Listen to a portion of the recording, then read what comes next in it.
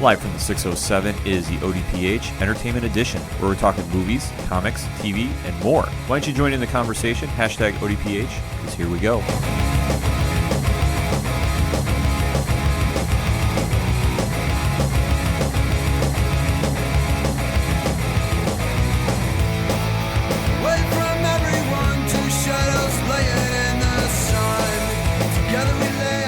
And welcome to another edition of the ODPH Wrestling Recap. I think that's going to be the official name of the show. Sure. I am your host, Ken. I'm sitting across from me this week is the intern himself, Padawan J. Hello, hello, hello. Now, joining the Wrestling Recap show today, we have two special guests. One, you've heard him on the ODPH flagship show a few times, is the one and only Kevin Molson. Hey, what's up, everybody? Thanks for joining us, Kev. And joining us in studio for the first time, rolling out the red carpet. You don't know how excited we are to finally get him in studio. He is the man, the myth, the legend behind Xcite Wrestling, who is doing a show June 2nd, Nice Egg Stadium, the Xcite Wrestling Experience. Ladies and gentlemen, give it up for Jonny Moose. I kind of just invited myself. It wasn't by design. I said, I'm just going to show up, and somehow you guys let me in, so that was nice of you. I appreciate it. You always have an open door. Yeah, you have an open door to show up here anytime you want. In fact, I know Jimmy Gazdick and Mike C. from I Am Horror are talking that horror show for Midsummer, so we will talk about that a little later in a different episode. But first and foremost, we got to talk some wrestling. Obviously, Moose is here. Hashtag ODPH EE if you're going to join in the social media conversation, because we're going to do this under the Entertainment Edition banner. But the biggest news in pro wrestling outside of Xcite had to be the WWE's new television deal. Ooh, back up the truck, baby. Now, to me, it was kind of a surprise that they decided to venture off from USA because they've been there, but they've left before, haven't had the best success going to, I believe, the Nashville Network at the time, and then it obviously turned into Spike, and it didn't really work out the best, so obviously coming back to USA where they've had the best luck with their programming on cable TV has been a feather in their cap. So now it's going to be Raw only on USA Networks, and Fox is going to be broadcasting Friday Night SmackDown, I believe. That's the current rumor, yeah. Current rumor is it's going to be moving to Friday night. So let me pass it around the panel. What do you think of this move, starting with Kevin? Well, I mean, obvious for them, it's a huge money grab, so, I mean, it makes sense to them financially.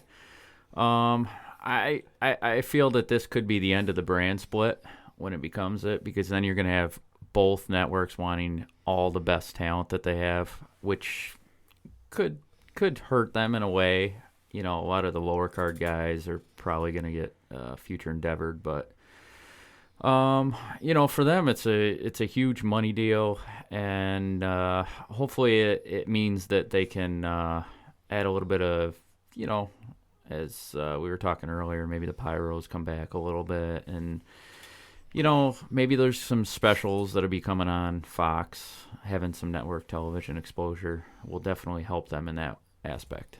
I think the deal, which was reported to be $1.5 billion, if I'm not mistaken. That's the current story. And it's going to be kind of the trade-off with the UFC programming, which has now moved to ESPN, which yep. I'm still trying to figure that one out. But I think it's a good move for them in the short term, but long term, I'm not sure.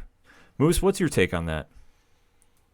I think this is the first steps to them being sold off to Disney or Paramount or whoever is going to buy them for the $4 to $6 billion range. UFC. So what you're saying is a future Star Wars movie or Marvel movie could be starring John Cena? Possibly. Well, they're already. John Cena's already on his way out. Come on. That is the rumor. Duke Nukem. Yeah. The light is at the end of the tunnel for John, so to speak. Apparently he's going to have kids now. Oh, yeah. Look out. The whole Total Divas drama. Work. Which I don't even know where to begin with that one. I'm just as puzzled as everybody else is concerning that whole mess. I'm just expecting the SummerSlam match made in heaven, match made in hell. That's going to be the wedding date. Probably. Taking it back to the Savage and Elizabeth days. I'm thinking, honestly, yes. We'll go with that. Yeah. I mean, I just have this eerie feeling it's going to happen. But now with the move going to Fox, I think it does open up some avenues for them. I mean, they're going to be on prime time. I believe it's going to be on Fox, not FS1. Yeah, current story, because nothing's officially confirmed yet, is it'll be on Friday nights on Fox proper, not FS1, not FS2, but Fox. Which is a huge deal because they're now going to be on a major network in primetime. Yeah. I mean, not to say that before it wasn't USA. I mean, cable is one thing, but to be on one of the major 4 networks is a huge deal. And I think this is going to shake up the rosters a little bit. Now, will it take any luster away from Raw? Nah. Hard to say. You can make the argument that it will be the number 1 show for WWE at that point. Absolutely. They're on a network at that point where USA obviously has its penetration and everything like that, but you look at Fox, NBC, ABC. It's just one of the staples of all cable companies except for ours. Yeah. So you got to think that instantly, especially the money behind it. Rumor is Raw. The reason why they let SmackDown go was USA was going to triple their Raw rate, which they were already making a lot of money to begin with. Yeah, the huge deal to begin at the start. So WWE is going to have an influx of a lot of money all at once, which will allow them to branch out, get more talent. You said they might release talent, but they also are starting to pad NXT a little bit with some of the undercard WWE guys. Yeah. And maybe they're going to make that into a full-fledged brand of itself. It is in its own way, but a lot of people associate it with it's the training crew. They're not ready for WWE yet. Yeah, it's kind of considered a farm system. Right. But maybe they're going to make that so it's not, a farm system. Because as far as I can tell, NXT might be one of the only things that's not making money right now because of their touring schedule, the way they're booking talent. Right.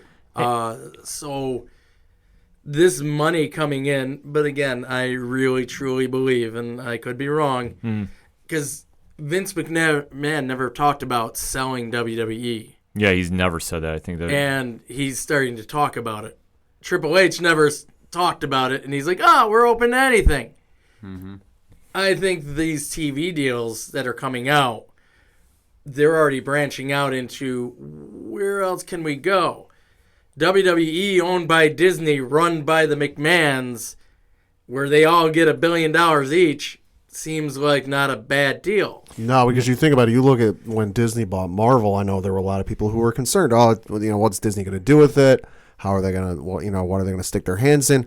But you look at, by and large, Disney is just the parent giving their kid an allowance. Oh, you need X amount of dollars for your next movie? Sure, here you go. They don't ever tell you, hey, you got to do this, hey, you got to do that. Yeah, I think that's a very valid point, too, because if it ever left the McMahon family, I mean, how would the dynamic of the WWE change? I mean, it'd be day and night difference. Oh, without a doubt. Depends on who would own it. And I think sometimes when you have to deal with network TV, I mean, the UFC, I think, has had a little issue with this, too, is, the expectations are so high that if the ratings aren't coming in right away, everybody gets very, very shaky. Yep. And especially with how much programming the UFC was doing, and the ratings for their sometimes major network cards, they didn't have the big superstars coming on. It was sometimes you'd have one really big fight, and then there would be somebody that's up and coming. But unless you're a diehard of the sport, you really wouldn't know who's coming on. No. So, I mean, depending on that, there's a lot of different ways it can go about it. But, I mean, I think overall, though, it's going to be a huge deal. And like Moose, you were saying, it's going to open up the floodgates to get more talent. And I know, especially on the indie scene, that they've got to be eyeing the Young Bucks to finally get them over to WWE at some point. I imagine that they'll put together probably one of the most lucrative free agent deals for this with the Disney money coming in. Well, you got to think right now, Young Bucks and Cody Rhodes, and Cody's come out and said that he has no interest in going back to WWE. Young Bucks say they're a little bit more sly about things. They say never. All our best friends are in WWE. I could see them eventually saying, hey, I don't want to throw 18 flips in a match anymore, and maybe I want to throw 3 and be okay with that. Well, and plus you look at what else really do they have left to do in the indie scene. I mean, I know they're putting on, we'll get to this in a little bit, they're putting on a card.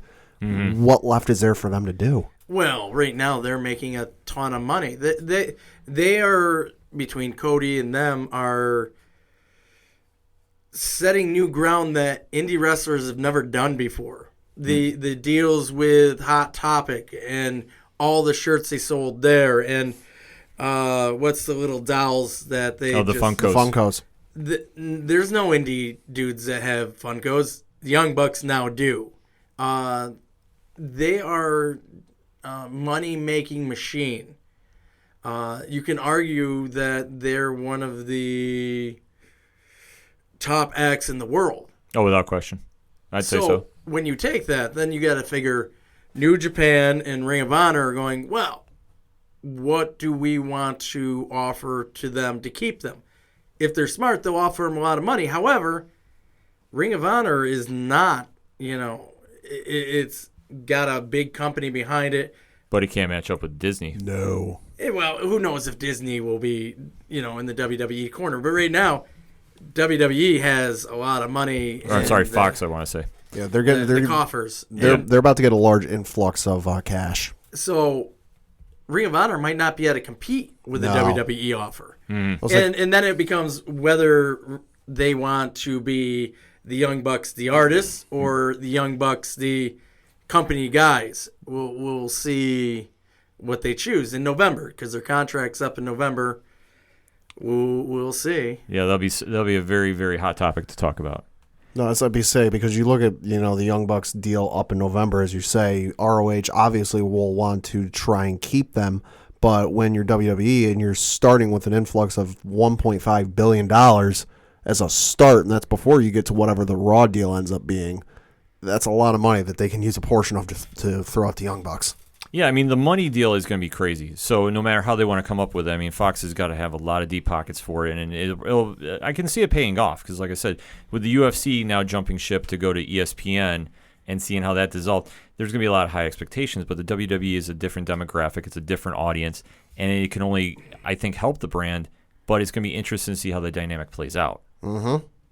Let us know what you think. Hashtag ODPHE. We're going to take a quick break. Come back, talk a little All In. Jonny Moose is in studio. You're listening to the ODPH Wrestling Recap.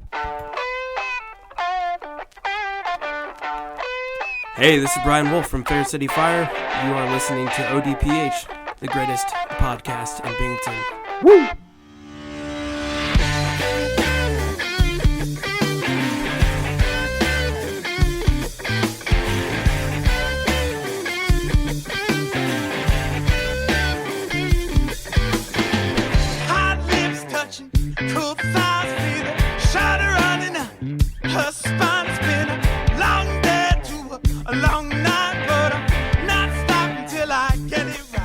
Coming back for the second segment on this week's ODPH Wrestling Recap, and one definite news story over the past month has to be All In. Baby. The indie show that the Young Bucks and Cody Rhodes and company are putting on September 1st in Chicago. They've sold out was it a 15-seat arena or 10,000-seat arena? 10,000. 10,000. 10,000-seat arena in Chicago, all independent, all on their own, and within 30 minutes. Yeah. This is unprecedented. Well, and then the other crazy one was CM Punk is doing a meet and greet that same weekend there that they were selling tickets for. That sold out in under 50 seconds. It's insane to see how just everybody is thriving towards this. And you figure that when you talk to wrestling fans, the majority of them are thinking WWE. But for an indie wrestlers to pull off an indie show like of this magnitude, this has to be something truly remarkable to watch. Kev, what's your take on this? Well, I definitely think it's a game changer for the industry. I mean, it really opens up a lot more avenues for the indie wrestlers to do.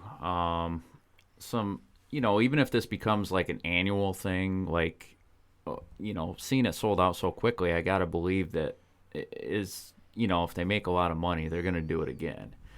But doing it just once a year, I mean, I think that's a smart thing, and it gives a good rub to all the independent organizations, including Xcite Wrestling over here. Absolutely. Saturday. Yeah, I mean, I'm excited for it. I haven't got a call yet. I'm not all in, but I'm just waiting for that call. Yeah, if you want to do hashtag Molson to all in, we can definitely do that on the ODPH site. But I think with this, it's just showing that indie wrestling is thriving and the whole business of professional wrestling is doing well because, as you're saying, 10,000-seat arena in Chicago is sold out. New Japan is doing that's where I was thinking the 15,000-seat arena they're doing over in California when they're coming over. Yep. San Fran. Yeah, in San Fran.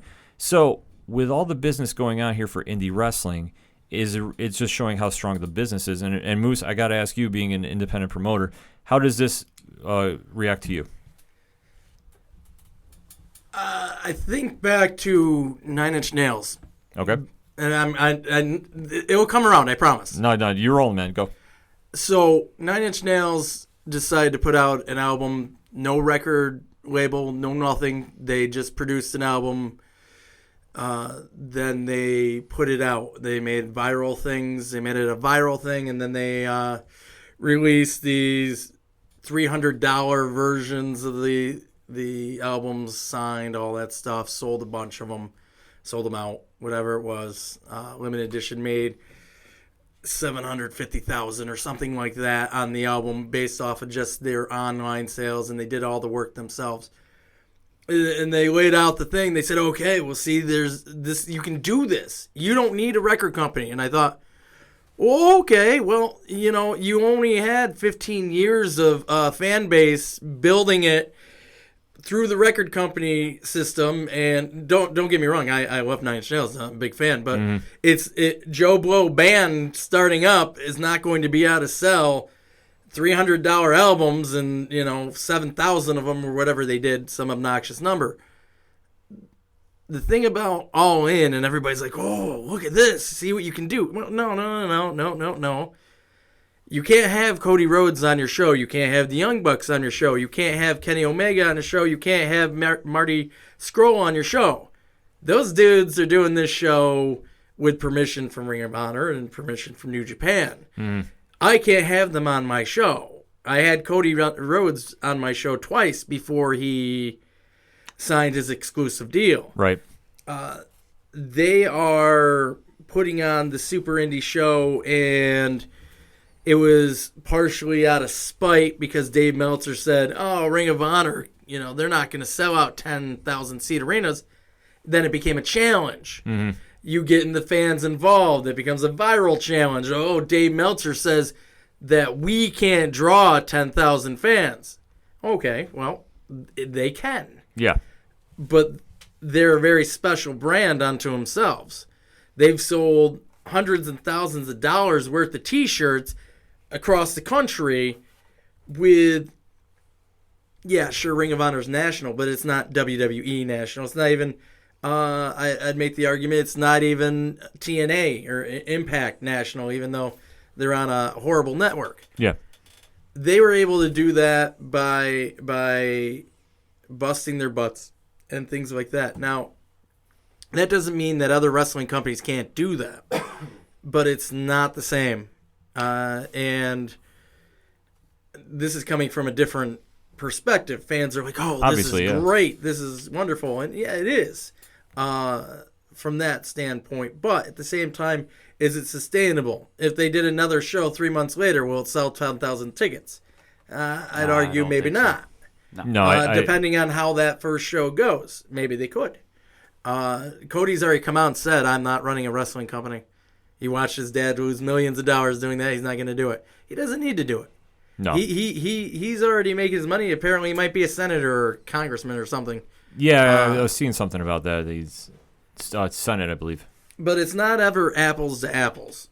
It's not the same saying any wrestling company can do this because any wrestling company can't. Because if they could, everybody would be doing it. Yeah. Right. There's a lot of great companies, even in Chicago. AAW, they drew sellouts, but their sellouts are 400, 1,000 people maybe. Mm-hmm. You try to put them in a 10,000 seat arena, you're not going to sell out 1,000. And that company is probably one of the hottest companies in the country. Wrestle Circus was getting all the hype and all the stuff. I don't even know if they're running anymore. They lost their building. Yeah, that's the last I heard. They're having a building I haven't issue. Seen them since or heard anything since. House of Hardcore. They run shows. The last Philly show, which I would assume is one of their homes, drew 300 to 400 people, and that's with all the production and all the names and all the stuff. It's not necessarily sustainable. Is everybody doing okay? Sure, but what they're doing in this show, it's not the same as saying, oh, any wrestling company can do this, because any wrestling company can't do it. Ring of Honor can't do it. Maybe they can down the line, but they haven't yet. And they've been running for 15 years, 16 years, something like that. I think they just did the 15-year anniversary, if I'm not mistaken. Yeah, so the whole reason why this came about was because Dave Meltzer said they couldn't draw 10,000 people. And they haven't drawn 10,000 people yet. Now, granted, this is a unique situation, a unique show that Ring of Honor runs almost weekly. Yeah. I mean, it's a different kind of situation. So ECW never did it. Even at their height, I think the most they ever sold was 5,000 or 6,000 seats. And that was the company everybody put on the pedestal. Like that's our alternative. WWE house shows aren't drawing 10,000 people. No. Maybe some, but maybe the Garden or some of those bigger super house shows they sometimes do, but not every week. So when you look at the viability of wrestling and you look at the health of wrestling, it's doing better than it has been. Xcite's doing better than it has been. But at the same time, I go in much more cautiously optimistic than, it's not all roses and sunshines and happiness. It's hard now to run an independent wrestling company. Not that it wasn't hard before, but it's harder now because you can't book guys. Guys that you've had on your show that are regulars are now becoming less regular because there's a million wrestling companies. And if it's a matter of driving 4 hours to Xcite Wrestling or driving 15 minutes to the next show and getting paid the same amount of money, I wouldn't drive 4 hours to Xcite Wrestling. I run it. Yeah. You just run into that situation. We're running into that situation. It's a interesting time to be running stuff in this period of time because wrestling is so much bigger than it seems, and at the same time it's becoming so much more difficult to sustain. It's interesting. I'll be at All In. I'll be there. I want to see it. There we go. I don't know what's gonna happen. I've already put the challenge out. Cody Rhodes, he had the list, and your name is still on there. His name's still on the list, and I brought him in. You thought I would have checked it off, but I thought I would give fans something different. They don't need to see me and Cody. Somebody else needs to see me and Cody. Yeah. And if this, did he wrestle for the ROH title yet, or is that this weekend? I believe that's this weekend. Yeah, it hasn't happened yet. So if he doesn't win, he's already sold out. But he could sell a bunch more streams if he has the proper opponent. I mean, like I said, it was on his dream list when it came out. Yeah, I was going to say, the success of this show, I think, speaks more to the popularity of the Bucks and the Bullet Club. And I think, by and large, people have always underestimated how popular that was. Because, obviously, we know it's fairly popular, but I don't think we quite understood how popular it was. Because you think back to the story, it was the WrestleMania in Orlando, before they had a deal with Hot Topic to sell the T-shirts. And the CEO of Hot Topic is walking around Camping World Stadium and sees all the people wearing the Bullet Club T-shirts, and the Cody and the Young Bucks and the Kenny Omegas and the what have yous, and this person goes to WWE and goes, "Hey, we see all these people wearing those shirts. We'd love to sell them." And WWE goes, "Well, they're not ours. They're these guys. Here's their contact information." And I think for them alone to get a deal with Hot Topic is massive. It's big. It had never been done before. But I think we slightly underestimated based on the fact of how fast these tickets sold. Well, and it's like Moose said, can every wrestling company do this? No. But I think it's one of those things like if somebody were to write a history of wrestling history book, this would be maybe a small chapter because this has not been done before, and it's impressive to say the least. It's definitely impressive because the Young Bucks, I mean, how they do their merchandise and how accessible they've now become to mainstream fans is truly something to see because, like you said, they were the first wrestlers to really have a deal at Hot Topic outside of the WWE for their shirts, and now you see other wrestlers do it. Their Funko deals. Well, the Funko thing surprised me more than anything, simply because you look at Funkos by and large. If you are into something, be it movies, TV shows, comics, video games. They make Metallica Funkos. I found that out the other day. I couldn't believe it. I went into a store and there was like everybody from Metallica was a Funko figure. I was like, okay, they truly do make a Funko for everything you're into. And then I look on the other wall and I'm seeing, Young Bucks and Cody. I'm like, what in the world?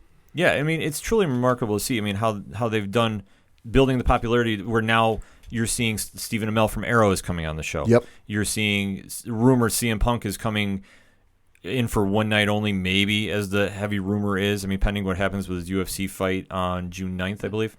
Money talks there, right? Well, money does talk, if but they can settle that lawsuit, I wouldn't be shocked if he doesn't end up in the DE again. Comes back. All right, Kev. That's a good statement too, because I know that the lawsuit is taking place pretty soon. I think. I think it might have started. Yeah, they started. Some things got delayed. It's in motion. Yeah. So I mean, pending what happens there, and then I mean, if he does come to this, and then if there's any other surprises that come to the show, it's going to be something to see. And like I say, I don't know if they could sustain it ever. I mean, if they did like annually, maybe, but I don't think after this year it's going to have the same shine on it, so to speak. Well, let's see what this year brings. And Moose brought up a really big point. A lot of it is like an FU to Meltzer. Oh, you don't think that we can, do this? This is their track. This is their track record. They got the cease and desist from WWE, and they put out a shirt about it. Yeah, I mean the viral campaign, like you said. That very well. That's a huge thing that probably plays into it. He's absolutely right on that. Well, that's like when the WWE had to stop being the WWF, and they put the Get the F Out shirts out. Mm-hmm. They're very smart about playing it. And the Bucks were very smart to play off the cease and desist nonsense there, and just seeing how they're marketing and how they're reaching fans that maybe are turned off to the WWE product right now and really are looking for something alternative to do. And they're stacking the show with arguably the cream of the crop of the indie scene right now. I mean, I haven't seen a lot of matches get announced except the rumored NWA for ROH title match. If Cody does not accept Moose's challenge here. Yeah, I can understand why he wouldn't, but he should. Yeah, I mean, I can understand too. If you want to talk ratings, I mean, if it's going to be on Twitch, because I haven't heard any streaming announcements yet, or pay-per-view, whatever they're going to do for All In. I would imagine they're going to do something. Yeah, I would imagine so. That haven't read anything, haven't heard anything. My guess is you'll see something about how to watch it if you can't be there. Well, I think I told you a couple days ago. Cody did an interview and they asked him about it, and he's like, "Yeah, don't worry about it." And he implied that anybody that didn't get tickets will be able to see it in some fashion or another.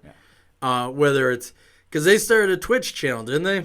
I think the Young Bucks have a YouTube channel. They have a YouTube. They have a YouTube channel, Being the Elite. But I know they when they did the press conferences, it was on Twitch. I'm not sure exactly what service it was. I don't know. Pat's going to check in as we go to break soon. What it's going to be, but I would imagine they're going to get one set up by then, because I mean a lot of promotions are doing Twitch. I know Xcite does Twitch. Oh no, they do have a Twitch channel as well. I stand corrected. Oh, okay. Well, I mean, I am the guru of all things Twitch, even though I don't know anything about it. But yes. Yeah, I mean, you're the trendsetter for it. I mean, let's see how many other promotions have been jumping on since the Xcite thing. Yeah, I guess we were. Hey, I don't know anything about Twitch. I'll be the first one to tell you I don't know anything about Twitch. Kids playing video games, showing them, and people watching them. I don't get it.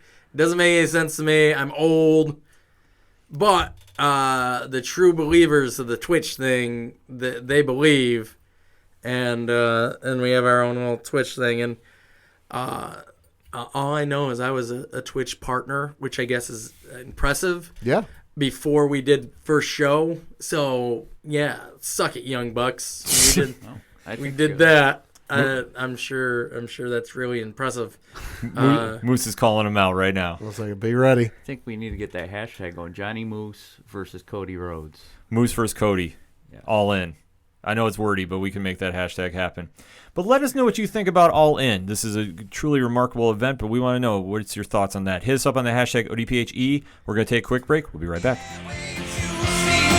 It's a heartbreak, soul-shaped radio attack. Taking 4 steps forward, no steps back. Hey, this is Vince the Common Man Ciatoy, local MMA fighter, telling you to keep on listening to the ODPH, the 607's up-and-coming newest podcast.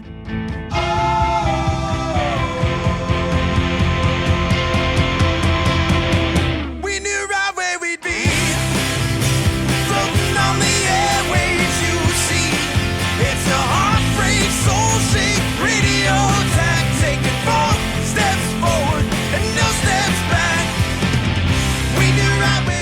Coming back for the third segment on this week's ODPH Wrestling Recap, and we've talked about All In being a great indie show, but there is a greater indie show coming this Saturday, June 2nd, Nice Egg Stadium. The Xcite Wrestling Experience. If you are in the area, make sure to plan on attending.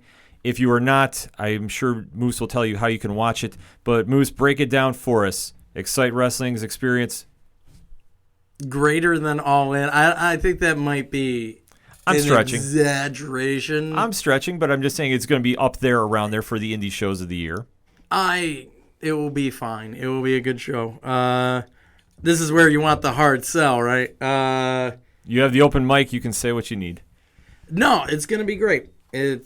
We tried it last year. It was successful, I would say, with Ricky Steamboat. We didn't know how it was going to go, whether people would come. It went really well. People came. We thought it was going to rain. It was the first really good sunny day of the year. Everybody was sunburnt, which was hilarious. Right here, I was Guilty. sick, and it was a very long evening, but it was well worth it. It took me a while to get up to the stands to see my wife and kid because I kept getting stopped on my way through, and everyone across the board just sunburned. It made me laugh. I don't know why. I thought it was funny. Of course, now we got this show this year. Bigger, badder, wetter. Yeah, it's going to be something. There's going to be a lot of elements going on weather-wise, but the show overall, I mean, you have another stacked card coming to Nice Egg Stadium, home of the Binghamton Rumble Ponies, if you don't know. And, I mean, headliner Jack Swagger, the All-American, the former WWE champion, taking on Sean, the hybrid car. That's correct. Break it down for us. All right. So the card itself, literally it is bigger, and I don't know if it's better, but I'll say it's better, and it's going to be interesting. Laid out kind of, it's just going to be a good show. It's hard for me to shill the shows because we put them together. We hope people come. It's hard for me to be like, oh, this is going to be the best show ever.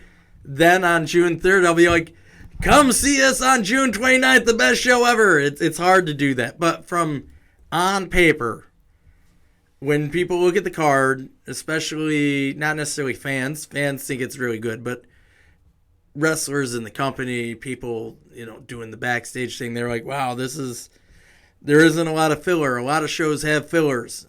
Xcite shows have fillers. Other companies' shows have fillers.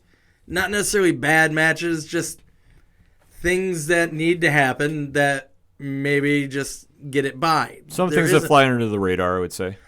Yeah, to pad the card or whatever it might be. This doesn't really have a whole lot of that. This is a solid 7-8 matches with maybe one student match thrown in because the kids need to learn. Outside of that, everything has a purpose. Everything's been built to. It's going to be one of our best shows. Where it's going to be, that's another story. We'll see. Well, obviously, weather's going to play a factor.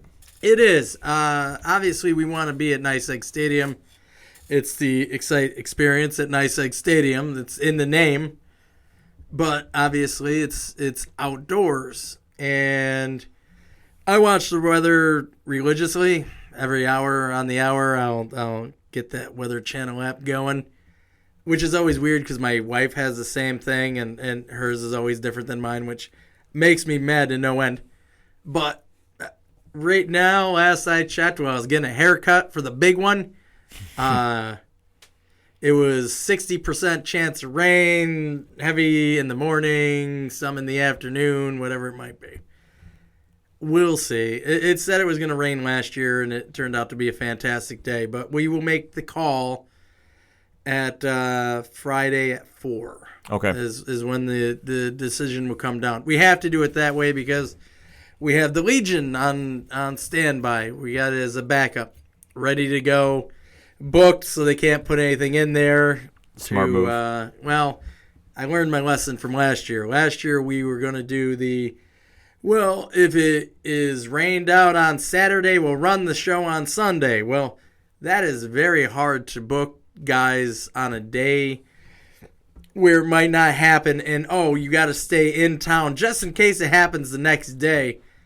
When you're dealing with flights and stuff like that, is a logistical nightmare. So this year I got a little bit smarter. We booked another building just in case. The Rumble Ponies are fully behind what we're doing. So if it rains, we're going to be at the American Legion about 2 miles down the road. It's literally 5 minutes away.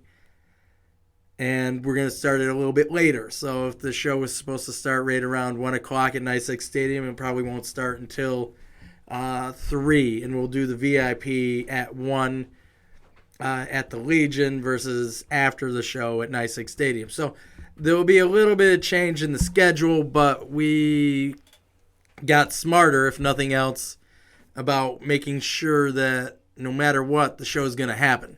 Whether it rains, doesn't rain, but it's not going to rain, but we have a plan. And then your question, if you're thinking ahead, well, I'm paying for the wrestling and a baseball game. If it rains and they have to postpone, the tickets will be good for any game during the season from here on out. So we have plans. We'll make it work. It's just one of those things when you do an outdoor show that you have to kind of plan ahead. But getting away from one negative to this show, just across the board, the card for the show, as you said, the main event, Sean Carr, former Xcite Wrestling heavyweight champion, taking on the former WWE heavyweight champion, Jack Swagger, Bellator athlete. So he's going to be going after Sean Carr's ankle, which is convenient because he throws a super kick. This is true. It's probably smart strategy to go for the ankle anyways. That will be the main event. We have Joe Gacy defending the Xcite Wrestling Heavyweight Championship against the returning all-ego Ethan Page, who is very... I chatted with him this weekend, and he's very excited. He always likes doing the excited puns whenever we text or anything like that. He's very excited about being at the show. So who knows what will happen there. Just announced when we had a minor card shuffle, we announced Alexander James is back from Europe. Okay. With the his Xcite International title to take on Slick Wagner Brown. That'll be a great match. I honestly think it might be the best match of the show. That could be. I mean, that is a lot of potential. If you've never seen James or Slick Wagner Brown wrestle, it's truly something to watch. It is. And, I can't stress it enough.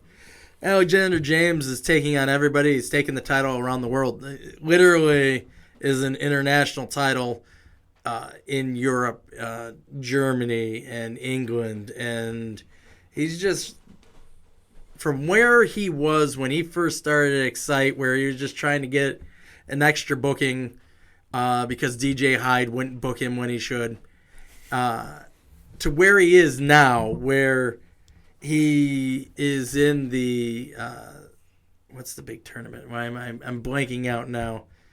It's not the Super 8s. No, it's WXW's. I want to say something gold, but I'm messing it up anyways. But him in that tournament, I think the last match he had was fighting for their top title. He has just come so far from where he was, and every time he does one of these tours, he just comes back so much better. It's getting hard to book him at this point because he's more in Europe than he is here. Great for an international title, but for our fans here, it's a little tougher. But he'll be back. Then we go to a match near and dear to my heart. Real close to my heart, and my heart's enlarged, so it makes it easier. You have Team Mikey Whipwreck, the Triple Crown ECW champion, one of the best cruiserweight wrestlers of his time. He's bringing a team of a bunch of losers.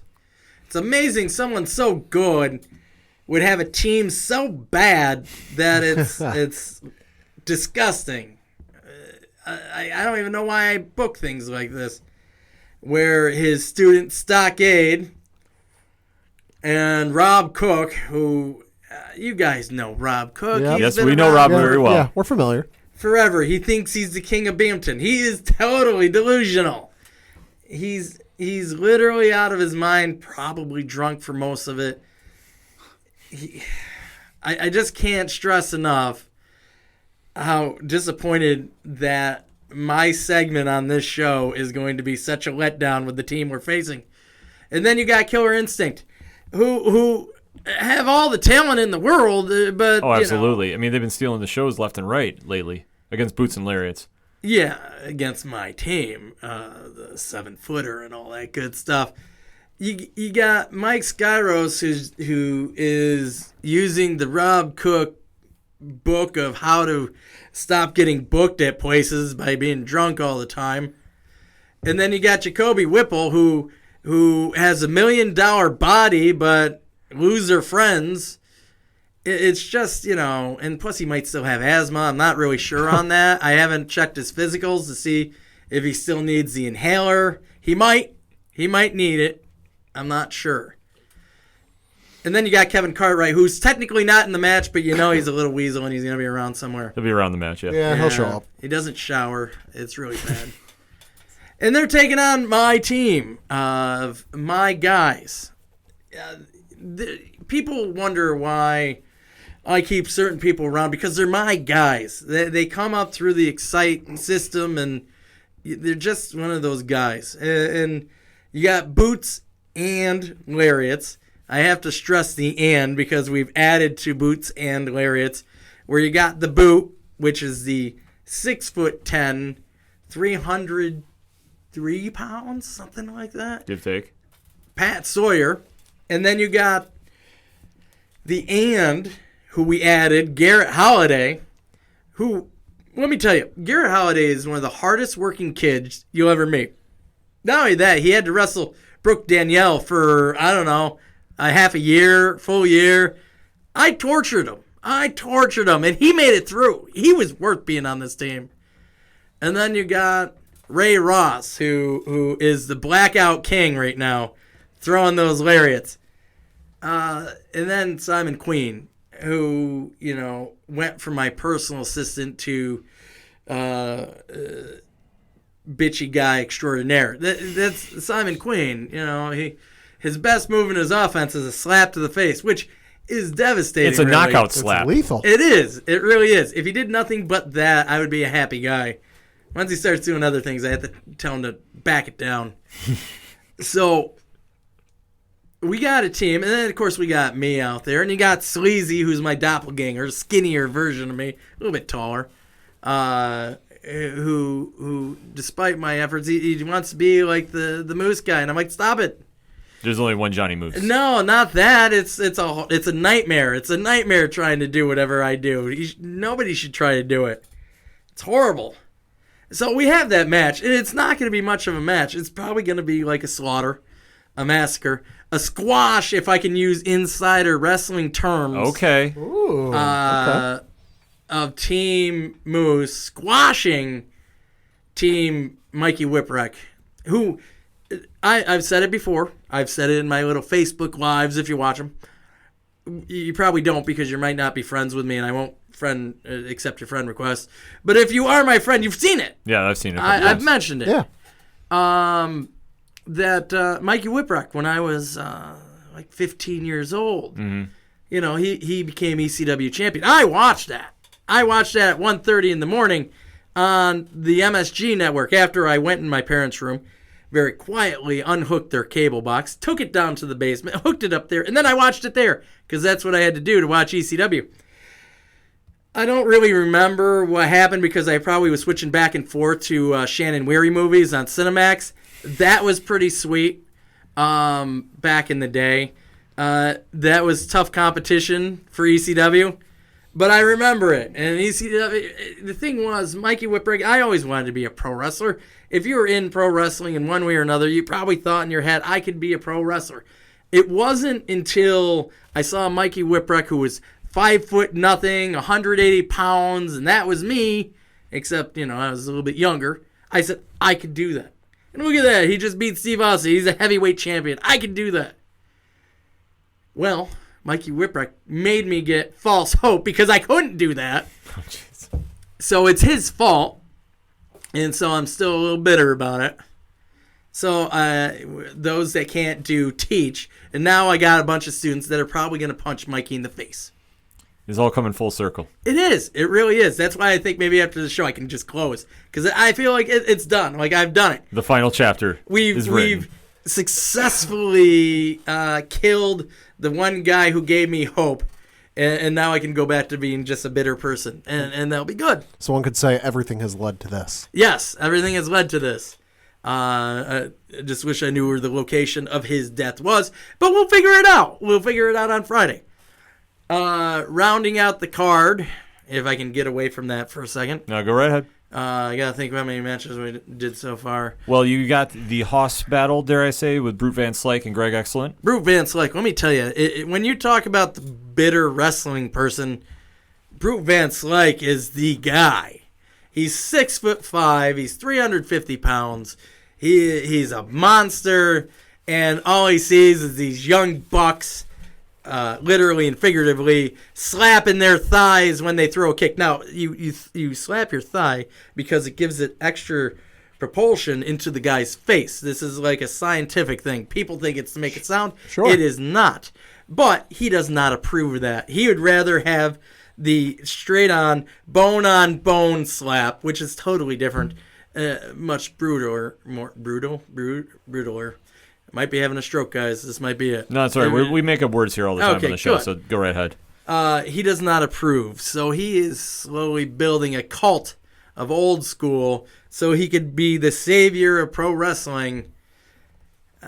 Yeah, he has a leprechaun and an evil Joker type guy with him. Let me tell you, they're quite the bunch to hang out with. Usually when I'm there, I get lectured on my use of Dick Justice and Joey Ryan, and it's tough. It's tough hanging out with Brute because there isn't too many people that can outbitter me, but he does a good job. All in the name of Jim Cornette, who I love. Mm-hmm. The power of Cornette is in him. It is, and it's in me too, but I do like a nice dong.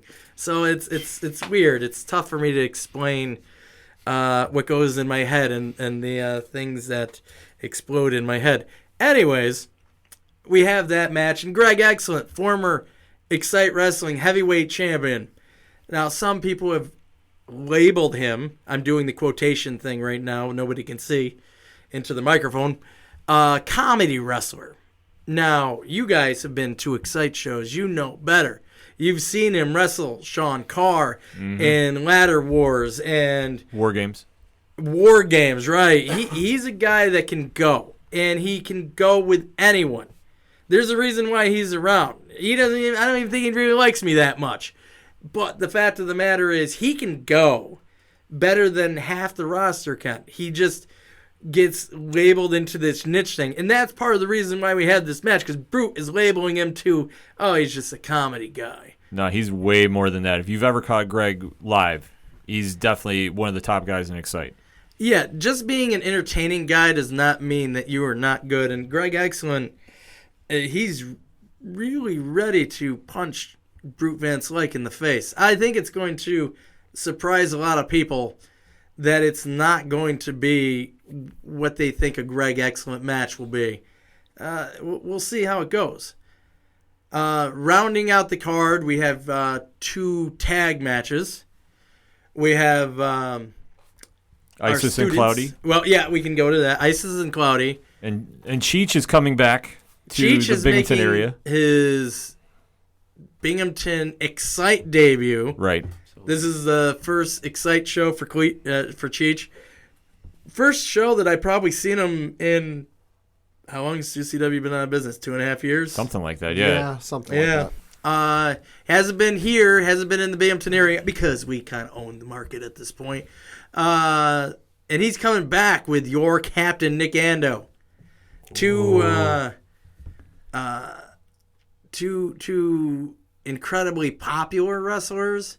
I'm trying to come up with a good name, like High Seas. I don't know. I'll come up with something. Fair point. Okay. That's probably weed and boat related. and it'll be good. And then you got they're taking on Isis and Cloudy, who are the guys who are super talented and usually give me the most grief about anything that I do. So it should be fantastic. And then what I was alluding to was the student tag match. We have Lamar Hawkins, who is a 6'4", 300-pound angry dude. Yes. When I say angry black man, he says, "Why you gotta label me black?" I'm like, I don't know, because you're angry and you're African American. And it's true. And he dominated in the Battle Royal at the last show. He did. Well, yep. And then we did, the last show wasn't the Battle Royal. Last show was the 4-way. Oh, that's right. I'm sorry. Nope, that's okay. I lose track. I go to too many shows. I know. I lose track all the time. He's just an angry guy who, I have long conversations with him to try to make him understand, one, your goal is to hurt someone enough to win a match, not hurt someone that they never wrestle again. He hasn't got through his head. He just wants to hurt people, which I guess is good when you're 6'4" and 300 pounds. You can do that. Yes. Then you have his partner, Grizzly Rodriguez, who really believes he is a bear, which is special in a kind of way. He is another. He's under 300 pounds. He since he started the school, I think he's lost something like 50 pounds. He was bigger than what he was. He's even smaller and he's more dangerous than he was. And they're taking on the big team of Brooklyn Joey Sassano and I'm gonna mess up his name. Tyree. We'll go with Tyree. Okay. He's going to be mad at me. So, we all have personas. People call me a moose when I am a tiny little man, minus the fact that I'm 3 feet wide, 4 feet wide. Yeah, so it seems that it's a mismatch. But it's not. It's not. As you know, Joey, with a former tag partner who evaporated when Thanos did his thing, he's gone. It's amazing that everybody else made it, but he didn't. He just evaporated like it was nothing, never to be seen again, apparently.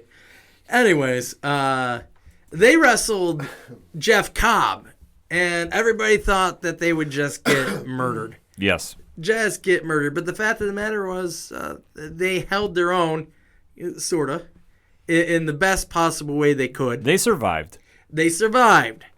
And really, obviously, Joe was the captain of the team there, and he didn't pull out the win, but they did very well. I think it's going to be a better match than people will give it credit.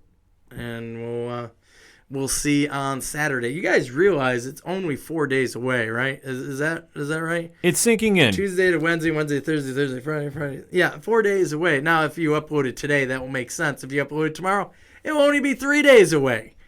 People right now are doing math, trying to figure out what day it is. Yes, we're going to throw you off. This. Either way, you should have your tickets for Saturday. You can get your tickets right now at the NYSEG box office, NYSEG Stadium box office. You can go to bingrp.com. It's a much easier link for you to go to than the one that I would normally share, which is fivo.com/ It's an extended. Stuff. It's about 3 lines, yeah. Yeah. On your social media when you look. bingrp.com. And you got one more match, too. Dare I say, sliding under the radar. That sounds perfectly normal. I dare I say it's a special attraction because you have a werewolf versus a vampire. And you got to break this down. That's the match that I forgot, huh? Yes. Yeah, that makes sense. Which, I mean, I just figured you're saving it for last because it is definitely a special attraction in its own right. Yeah, let's go with that. I was saving it for last because it was such an attraction in my head. That's right. Former WWE superstar, legendary vampire warrior Gangrel, taking on Axel Lennox, who it really is like a vampire versus werewolf in the daylight, which makes zero sense in my head.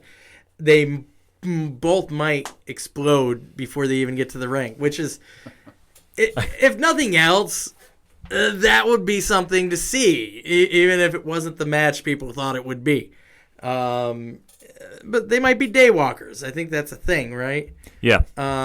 It's not just gingers with the freckles, right? They can be vampire daywalkers. And I think like they explained it in Blade, the movie. was that the one with Triple H? Yes. Third one. Third Yeah. one. With Third Ryan, one. with Ryan Reynolds, Deadpool, yes. Yeah. He has not retconned that one yet No. that we know of. So yeah. I gotta say this about Axel Lennox. He's very persistent. He's been asking for a long time. He's like, listen, Moose, I'd like to wrestle Gangrel. Why? Because he's a vampire, and I think it would be awesome if I wrestled a vampire because I'm a werewolf. And I'm like, no. It sounds like, too good to be true, Axel Lennox. But sometimes things happen, like TNA signing away talent that I advertise for shows. Man, yeah, that still stings from a fan's perspective. I get that. So when you have an influx of money like the WWE gets, you go, well, what can we do? And I talked to other promoters.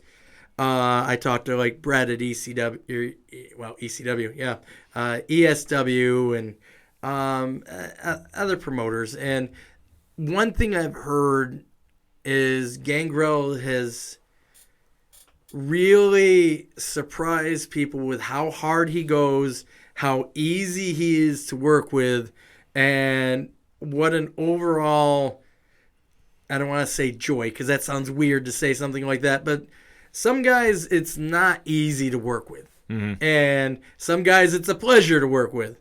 And I have heard nothing but great things about Gangrel and how he treats the locker room, how he treats the promoters, how he treats the fans.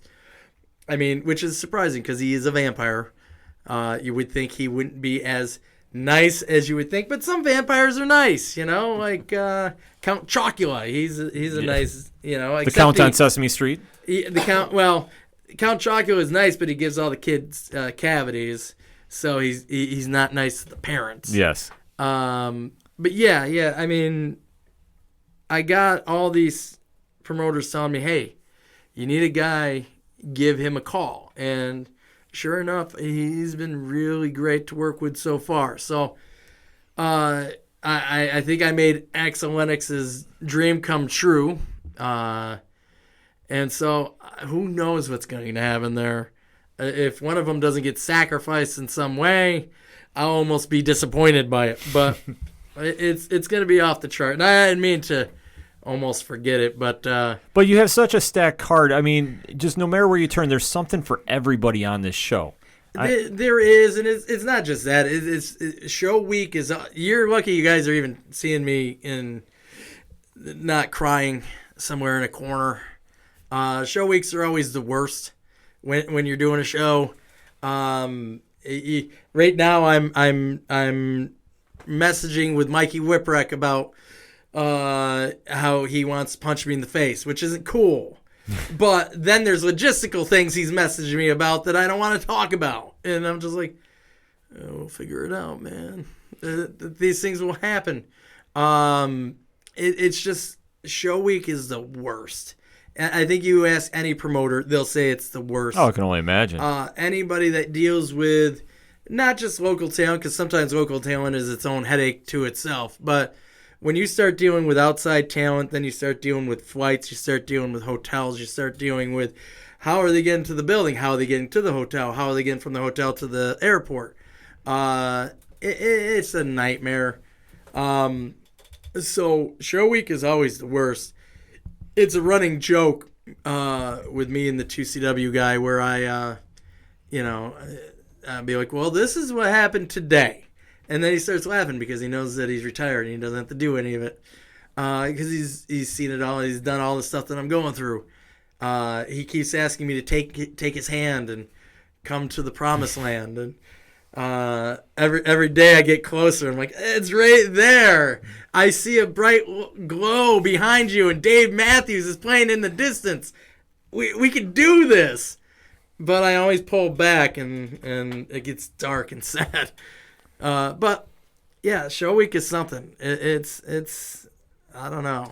It's always got to be stressful just as a promoter because, I mean, there's the pressure to deliver on shows and just everything that comes with it. But it always pays off at the end, though. I mean, I think because you always turn every show, I mean, no matter what is thrown at you, into a memorable event. And I'm not just saying that because you're here, and I'm just saying as a fan, going into Xcite and seeing how many times there's a roster change or something has to happen, whether it's weather, whether it's talent, always it's put together and it always delivers, and the roster always steps up to the challenge. That's the great thing about it. They do. A lot of times where I was behind on something, the guys will step up and take over and make sure things happen like we need it to. This show's a little weird because, we're out flyering shows, flyering baseball games, something that we don't normally go to the baseball games to flyer. And I'm doing your show. I'm doing our old friends at the Town Square Media. I'll be doing the shout out to them. Tour there. I want to say Citadel, but it's not Citadel. Yeah, I was going to say. That's the old school for me and Ken right there. Yeah. The Citadel radio group. But we're doing a lot of things, and this is where it makes your head explode, where last year we did really well. This year, tickets are doing okay, but they're trickling versus what they were doing last year. I have no doubt that we'll do well, but it frustrates you because I'm going, well, we're doing more this year. We're from an advertising standpoint, from a talent standpoint, from what we're doing at the stadium versus what we did last year, and it's just an ebb and flow of things that really throws you off, that you're not expecting, and we'll see what happens. And the weather thing is throwing me off because will people find the show? Even though we're going to announce it a day ahead of time, if we have to move the show, are people going to find the show? We're going to have people literally sitting at Nice Egg Stadium telling them, you got to go 2 miles this way, if that was going to happen, which is why I'm really hoping it doesn't rain so we don't have to deal with that problem. And who knows what the weather's going to be. I mean, we're 4 days out, and I still don't know, and I'm still not convinced one way or another what the weather's going to be. This weekend, for the Rumble Ponies, we were there, and it was supposed to rain all weekend. Mm-hmm. And it rained Sunday until game time. It sprinkled a couple times, but there was no rain that night. There was supposed to be rain the whole day. It was supposed to be rain on Saturday. Monday was going to be iffy, and it turned out to be a gorgeous weekend. So it's hard to say, like, I see 60% chance of rain. Yeah, tomorrow it might be sunny and, 80 degrees. We don't know. So, yeah, it's something. And then, I'm this week when I should be concentrating on June 2nd, I'm booking talent for June 29th because I got to get that squared away. Because June 3rd, we're like, okay. On to the next nice show. One. Yeah. But that's the one great thing about it is that, even as the show is coming on this week, and I can't stress enough to everybody, if you have never been to an Xcite show, this is the one to go to. If you have been going to the Xcite shows, you know what you're going to get from the talent, you know what you're going to get from Moose, you know what you're going to get from everybody involved. And let alone, you got an extra baseball game thrown into the Rumble Ponies. This is the one you need to go to. But even though you're already booking for the next event and getting that one ready to go, it's just a lot to take, but you're handling it well, and it's showing in the promotion. And you could definitely see in the roster, too. I mean, they're getting behind this as well. Yeah, I mean, the guys are wonderful. They're believers in Xcite, even when I'm not. They push all of us to go further and to go better. And this show, every year you have the few big shows a year. It used to be the Xcite versus the World, which again we brought it back. We skipped a year, and it was a pretty big show.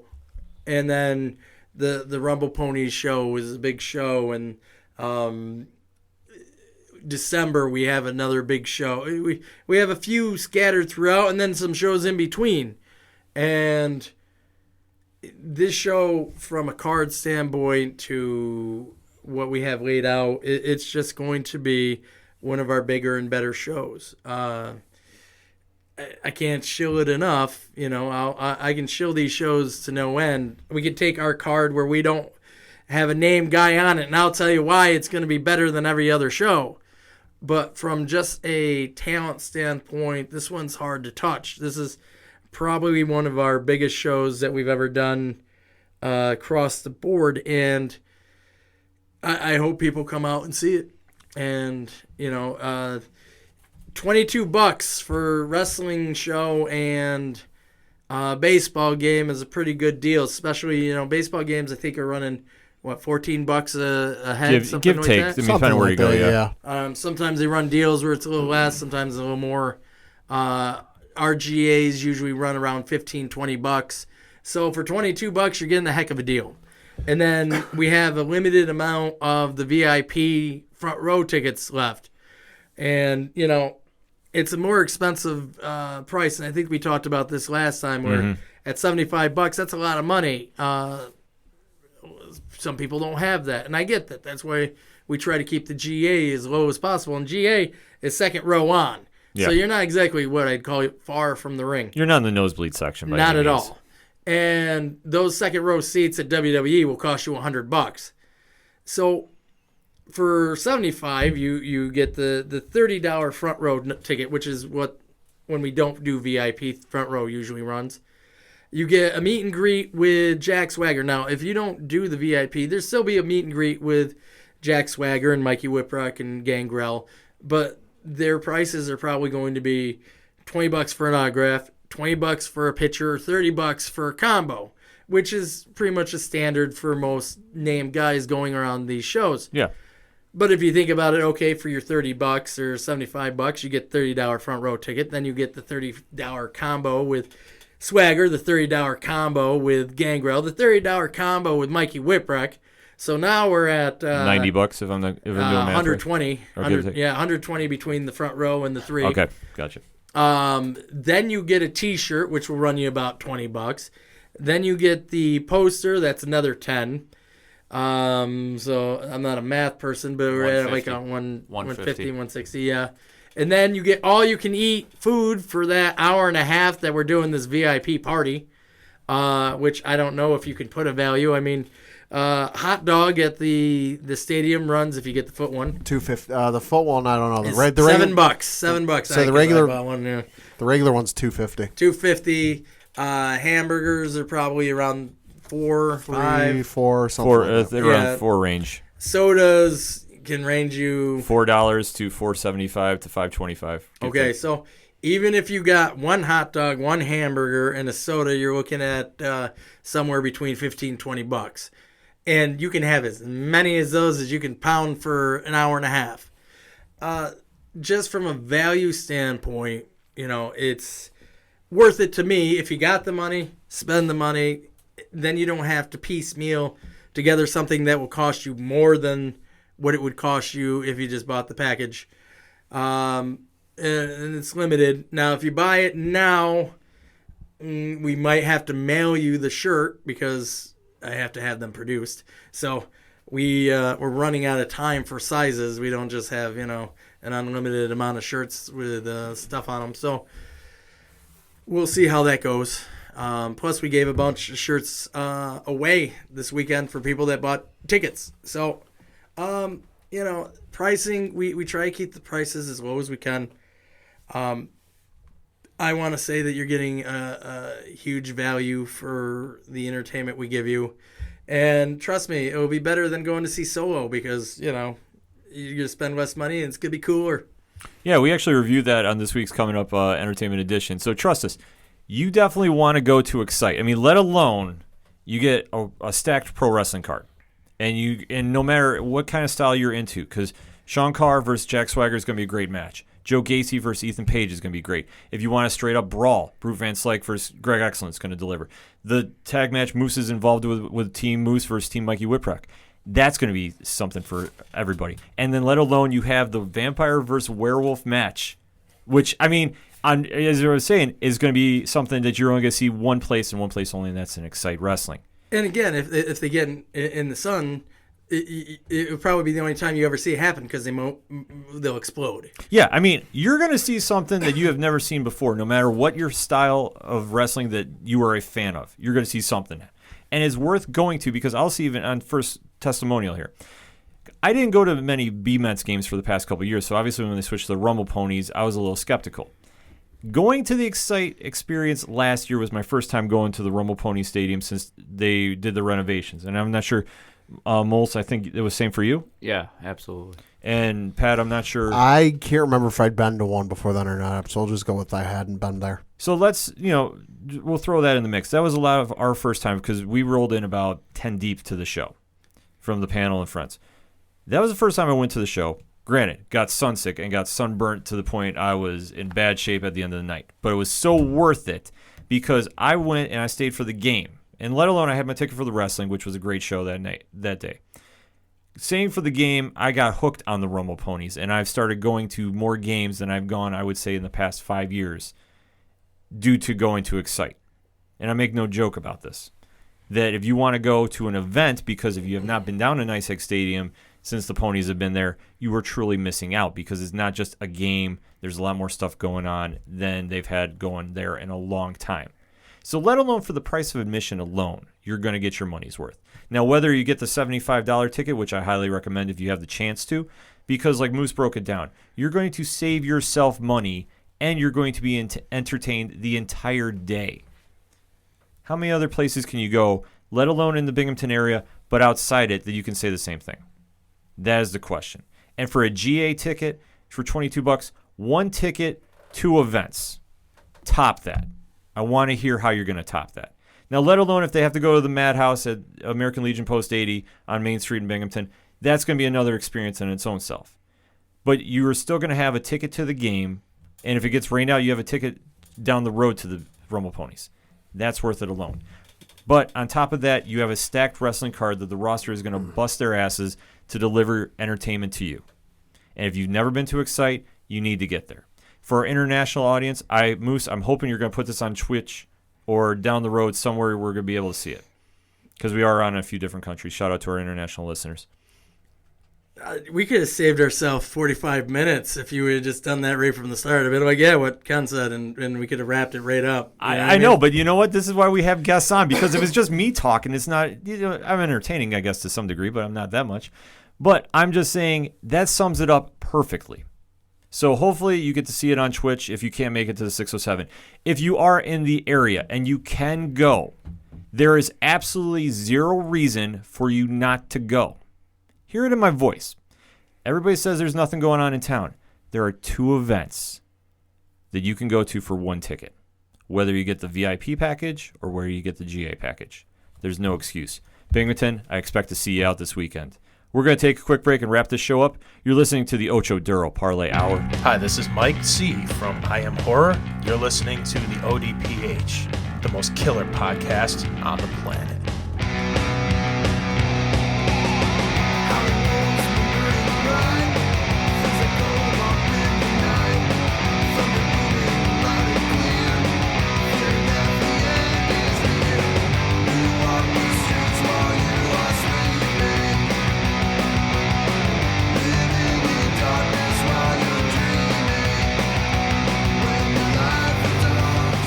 Coming back for the final segment on this week's ODPH Wrestling Recap. And by the time we record the next Wrestling Recap, it's going to be Money in the Bank time for the WWE, and a new winner will be crowned.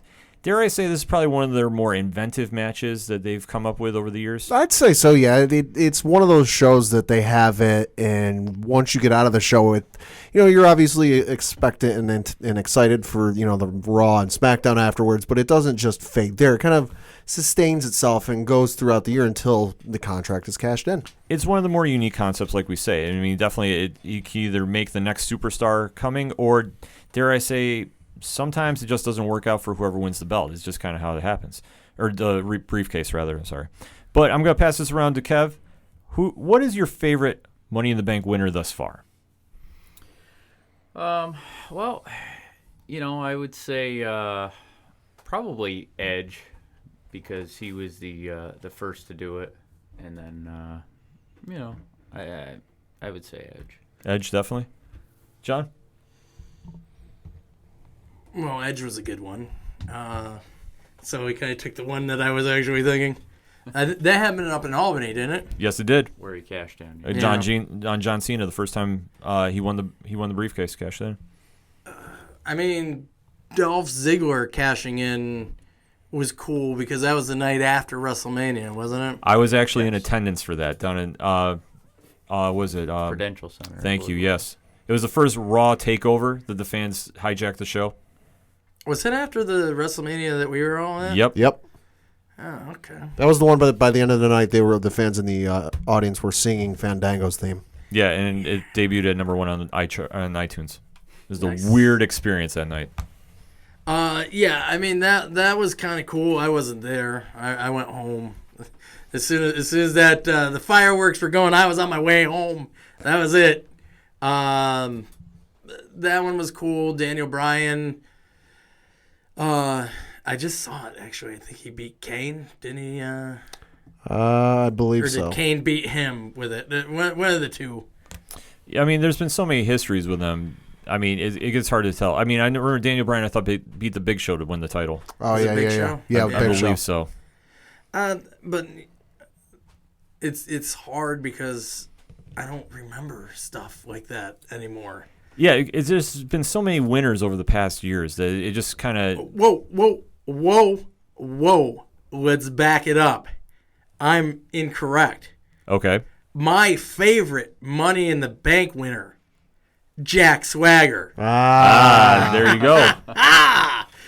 Wrapped it around on that one. Who happens to be coming to the Xcite Wrestling Experience this weekend, June 2nd, Nice Lake Stadium. Exactly. And the only thing I felt bad when Jack Swagger won is he couldn't unhook the thing, and it took forever. And you're just watching going, oh, just get it unhooked already. Yeah. Come on. Yeah. Oh, you got it. All right, good. Yeah. So, yes, Jack Swagger, my all-time favorite Money in the Bank winner. Absolutely. No, yeah, mine would have to be when Rollins won the Money in the Bank briefcase, because I know at the time when he was a heel, I was like, oh, no, he's got it. But looking back on it and all just the moments he had with that briefcase, how dented and destroyed the thing got by the time he cashed it in. I remember there was one time where Dean Ambrose stole it for a week, and he eventually gave it back. And when Seth went to open the briefcase and make sure everything was still in there, he opened it, and it was like something out of the Kids' Choice Awards on Nickelodeon. He got green slime all over his face. There was the time, during the Dean feud also, where Dean opened the thing, took the soda that I think Jerry Lawler had on the announce table, and just poured the entire, jumbo cup of soda into the briefcase and started swinging it around. And of course it then led into arguably the greatest cash in Money in the Bank history, where he did it at WrestleMania in the main event where nobody saw it coming. No, definitely the pop that night was incredible to hear. I mean, Yeah. even watching it at home, and I know some people that were actually at San Francisco, I believe, when that happened. Yep. For me, my favorite moment, what is my favorite moment for Money in the Bank? When RVD cashed in and called his shot against Cena at One Night Stand. I was at that show. And I appreciate John Cena just that much more after that show. Yeah. Because of the way he handled himself, handled the business, and played the role that he played. Couldn't have been better. And it made Rob Van Dam, before he got popped for smoking weed with Sabu on a random highway, as WWE and ECW champion at the time. Oh, those ECW guys, I gotta tell you, there's something. Yeah, they're definitely a unique breed, but it was definitely in that hostile environment. I mean, and the fact that Van Dam called his shot, because that's the first time that you've seen that. I mean, and I don't remember too many other people calling that after they win their belt, like, oh, we're going to fight this day. Because usually somebody comes running in. Like, my favorite Money in the Bank winner is CM Punk, because not only did he do it once, he did it back-to-back, and he ran in and became champion twice after an opponent was already beat. I mean, I just thought it was brilliant how his strategy was for it. Didn't Cena do that? Didn't Cena call a shot and he against lost? Punk. Yeah, and he lost. He was the first guy to lose. Yeah, he That's was right. the first one to lose. Because I believe there's only been 3 that have lost. Yeah, him, Baron Corbin last year did it, and I'm blanking on Damien Sandow. Yep. Yeah. I mean, the Money in the Bank opportunity is one that'll either elevate you or it just has its own aura around itself. So for this year, Kev, who do you got in the field for the 2018 match? All right, So we got Braun Strowman, Finn Balor, The Miz, Rusev, Bobby Roode, Kevin Owens, one of the New Day, and the winner of the Daniel Bryan and Samoa Joe match from SmackDown this week. Who are you taking? Well, I'm actually going with The Miz. Okay. I think he ends up winning this, surprising everybody. He wins it, he cashes in, and then him versus Daniel Bryan either at SummerSlam or Mania next year for the WWE title. Interesting. Moose, who you got? I don't know who I got, but I know who I don't got. Okay. New Day. No, Daniel Bryan. Daniel Bryan should be nowhere near this match. Yeah, if I they're think he if they're loses smart. tonight against Joe. I didn't really. I haven't paid close enough attention to wrestling enough to know that he's doing potential ladder matches, which I think is dumb. They should keep him as far away from something like that as possible. Even though I know he'll go out of his way to make that match that much better. Why put yourself in that situation anyways? Where even the slightest accident, it doesn't even have to be on, something that was potentially bad. It could just be a mistake. Right, given his And history. I know fans want to see it, and if he's in it, I could see him winning it. I just hope that that's not the way they go. I'd rather watch him wrestle Samoa Joe over and over and over and over again. Yeah. I think that would be fine. I do like what you're saying. I think at some point they got to get to The Miz and Daniel Bryan. Seeing how before he was even potential to come back, where he's telling people he's leaving to go to wrestle. Right. The Miz is doing his moves. It's like they built a storyline without knowledge that he was actually coming back. And they haven't, I don't know if they've even teased it. They might have teased it a little bit, but I think fans want to see that. I think when that finally happens, people will freak out. And it's a great story that if I was booking, Miz would kill him, because that would make the story just that much better. That he was saying it all along, like, I could kill you, Daniel Bryan.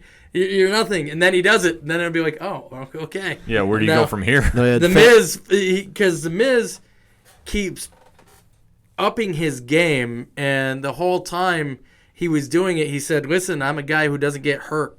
I'm a guy that doesn't hurt other people. I'm a guy who's always there. And when you look back at it, he is that guy. Yeah. He is the guy doing all the promotion stuff. He is the guy that's doing all the stuff. He is the guy that you can always have a match where you're like, wow, that was a really good match, without having to do anything that seems stupid. And you're like, geez, I really wish they didn't do that. When you become a promoter, you become like a parent, and you're like, oh. Sure. I've had many conversations with Matt Tremont going, I've seen you work a headlock. You can't do that, Well, that's not what fans want. I know. I'm aware what they want, Matt, but you don't have to do that. Sometimes you got to do what's best for you. Mm-hmm. He has done that, yes. Yeah. So I'm sorry I hijacked that, but I like where your head's at with them. No problem. Pat, who do you got? I'm going with Finn Balor, simply because they keep bringing up he was the first ever Universal title holder repeatedly. even after he came back, and they keep bringing it up. And then I look back to the most recent episode of Raw where he faced Braun Strowman for the second week in a row. Wasn't a complete squash match. He held his own. And then I can't remember I think it was Jonathan Coachman after Kevin Owens interfered in the match and it was a DQ. Coachman kept saying, we could have had, the biggest upset in WWE history. What could have been? We'll never know. We'll never know. We'll never know. Balor is definitely worthy of it. And I would say, but we're living in Braun Strowman's time right now. And I don't think he needs it necessarily to get over with the fans, but I think this match is his to lose. And definitely to set up him versus Lesnar at SummerSlam. Yeah, like you said, I just don't think he needs it though. No, he doesn't. No. He doesn't need it. I don't think he's gonna get it. Like I would love to see like Kevin Owens or Finn Balor win it. Like for me, that would make more sense. So the thing of it is, if Finn Balor shows up in Demon, game over. Not necessarily, but I would definitely want to see that though. But I think for Finn, it would make sense, and I think like Braun doesn't need it, but I could see them just going, why not? And just he beats everybody else in the match, and it's like Lesnar's the only person left. I can see Braun winning it, and then week in and week out, he's using the briefcase as like a reason for Kurt Angle to give him matches. Braun, why should I give you that match tonight? You've never even faced him before. I have the Money in the Bank briefcase. Yeah, I mean, it makes sense to do it on a lot of different levels. So it's going to be something to watch. I mean, as we're taping, we don't know if Daniel Bryan or Samoa Joe is going to get in it. I'd love to see if Samoa Joe got the briefcase. That'd be something. That'd be way overdue. But my pick is going to be Braun. And for the women's match, Kev, who you got? Combatants first. Yeah. So it's Ember Moon, Charlotte Flair, Alexa Bliss, Becky Lynch, Natalya, Lana, Naomi, and Sasha Banks. Okay. Who you got in that?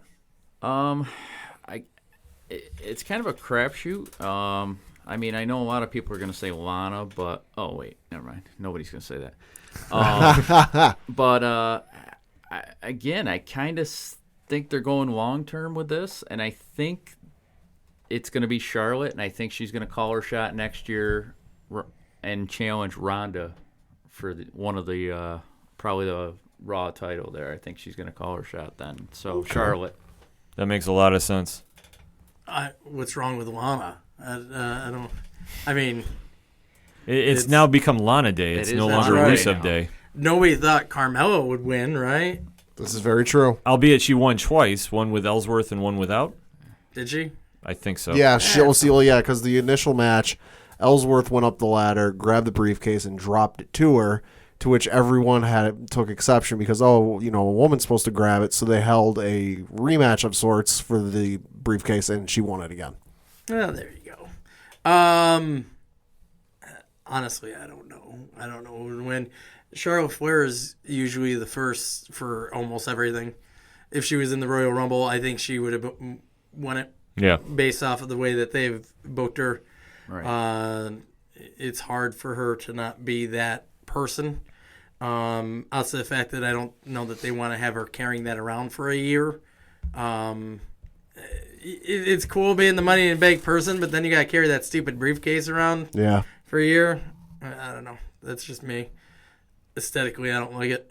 So I don't know if they go that route. I mean, it might be something that they use to build somebody else up at this point. All I know is if WrestleMania is in New York, right, next year, and they're thinking about headlining with Ronda Rousey versus either Flair or Asuka, I think that is a huge mistake, in my personal opinion.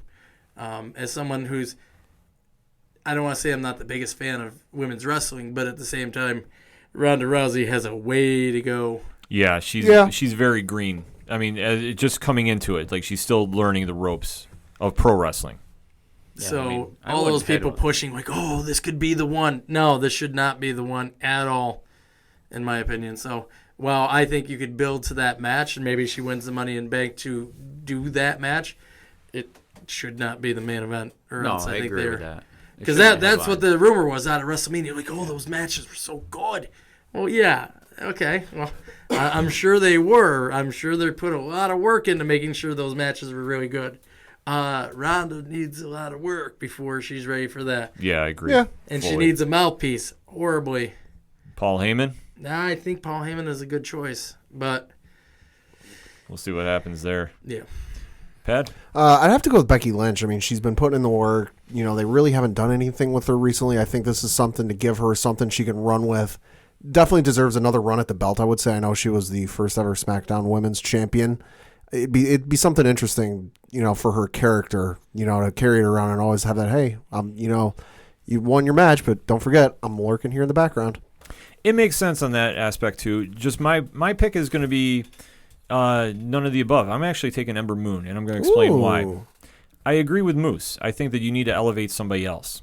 And I think instead of doing Charlotte versus Ronda, I think it's going to be the 4 horsewomen of Shayna Baszler, Ronda. I know they just signed Jessamine Duke, and I'm blanking on the other one. I apologize. Roddy Strong's wife. Yeah, Maria Sheriff, I think. So I believe they're all in developmental right now.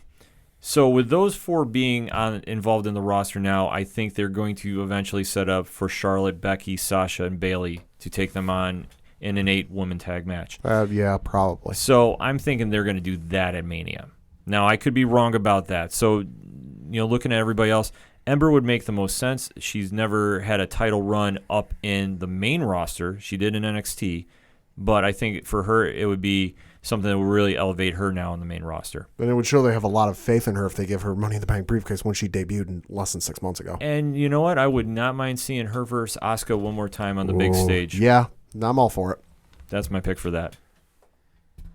So, on that note, there's a lot to going on in the world of professional wrestling, but this weekend especially, June 2nd, Nice Egg Stadium, the Xcite Wrestling Experience. I can't stress it enough. You can hear it in the sound of my voice. You need to watch either on Twitch if they post it, but better yet, if you are in the 607 area, get down to Nice Egg Stadium. You will not regret it. 1 ticket, 2 events, a lifetime of memories. So for Kevin Molson, thank you for joining us this week. No problem. For Jonny Moose, as always, you are welcome to come to the ODPH anytime your schedule allows it. Listen, can we do this where we don't talk about wrestling? That'd be super sweet. Sure. Yes, because I know that Mike C. from I Am Horror and Jimmy Gazik have been hitting me up about doing the horror podcast. I'm ready to do the horror podcast. When are we going to talk about superheroes? I want to do that. I will explain why Superman is the greatest superhero ever. We'll get there. I'm already seeing heads pop up. Anytime you can make it down to a taping of the ODPH, you are welcome to join the panel anytime. I will just come to do this anyways. I enjoy this. This is like old times, Ken. I know, this is like a throwback. Like, all we need is Tim Skinner and Ryan Bombard down here and reunite the Citadel Clique one time. If you want to do a main event live, we can rebrand for one day.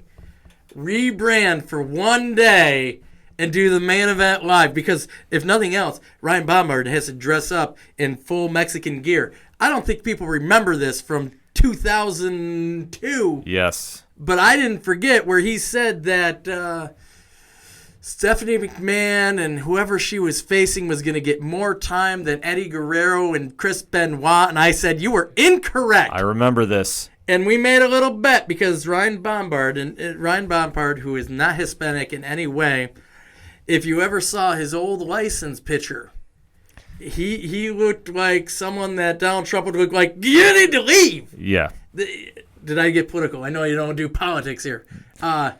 Listen, it was bad. We went to the Garden at one point, and he was so excited because the whoever, I think it was the Guerreros, won the tag titles. Yeah, it was during their SmackDown run. Yeah. And we made a bet. And that he would have to do the full-on thing while doing the La Cucaracha thing. Yeah, he would have to go fully Eddie Guerrero Latino heat. Let me tell you, I think it was subtle racism back in the day that we were able to get away with in WNBF that we probably can't get away with now there, but we probably can get away with it here. I don't know. We're going to have to be determined on that one, but we definitely, if Ryan, which we know he's going to be listening to this show. I didn't forget, Ryan. We might have shut down the show before that could happen, but I don't forget. That one, I'll never forget. You owe me on this one. We're going to have to talk about this off air, but we definitely could see if Tim and Ryan can come down for one night and one night only and reunite the Clique for one episode. We already have the picture. We had the picture of the group. This is true. Like 15 years later. This is true. We already got the marketing ready to go. To be determined. Stay tuned, folks. For Padawan J. Thank you. I'm your host, Ken. Thank you for always listening to the ODPH Entertainment Edition, but especially the Wrestling Recap. The show has been taken off. We can't thank you enough. Go to Xcite Wrestling this weekend, and we'll see you next time.